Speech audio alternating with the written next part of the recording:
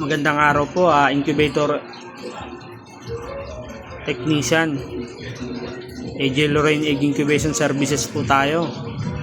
Itong incubator na to, dinala sa atin.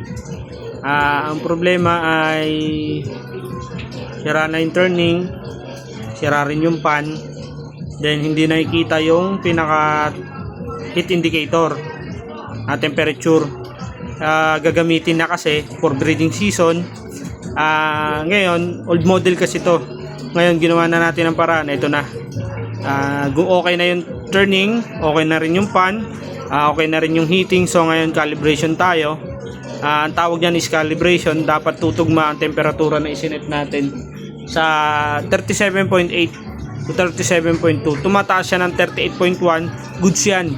Basta patay na siya off na siya ng 37.8. Okay yan. Basta hindi sosobra. Kahit mag 38.5 basta patay na siya ng 37.8, okay lang yan. Natural yan kasi may sobrang heating sa ating coil.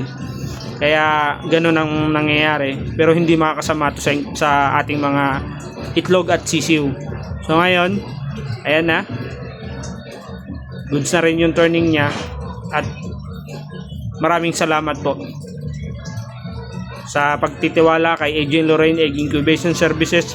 Kahit sa lokasyon po tayo ng buong North Luzon, basta mapupuntahan namin kayo at sa abot na aming makakaya para maservisan kayo.